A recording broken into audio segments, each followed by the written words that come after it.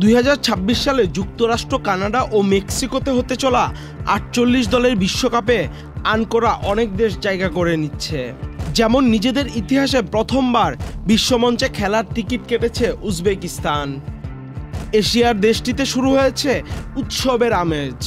দুর্দান্ত ফুটবল খেলে দেশকে বিশ্বমঞ্চে নেয়াতে প্রেসিডেন্টের তরফ থেকে উপহার পেয়েছে দলটির সব খেলোয়াড়।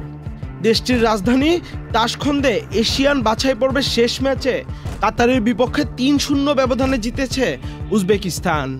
সেই ম্যাচের পর দলের সব সদস্যকে দেয়া হয় বিশেষ সম্মাননা।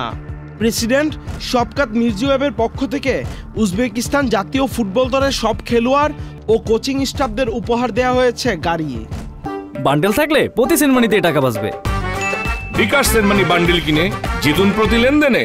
এশিয়ান অঞ্চলের বাছাই পর্বে এক রাউন্ড বাকি থাকতেই সংযুক্ত আরব আমিরাতের সঙ্গে ড্র করার মাধ্যমে উজবেকিস্তান প্রথমবারের মতো বিশ্বকাপ খেলার যোগ্যতা অর্জন করে। তিমুর কাপাদোজের অধীনে দলটির ঐতিহাসিক সাফল্য রাষ্ট্রীয়ভাবে স্বীকৃতি পেয়েছে।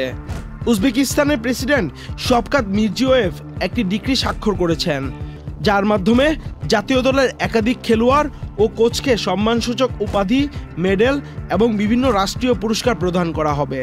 বাছাই পর্বের শেষ ম্যাচে উজবেকিস্তানের জয়ের পর সেটিরই অংশ হিসেবে সবাইকে গাড়ি উপহার দেওয়া হয়েছে। কাতারের বিপক্ষে ম্যাচ শেষে মাঠে একে একে 40টি চীনা ব্র্যান্ড বিওডির গাড়ি আনা হয় এবং সেগুলোর চাবি খেলোয়াড় ও কোচিং স্টাফদের হাতে তুলে দেওয়া হয়। আহমেদ শাফি, চ্যানেল আই।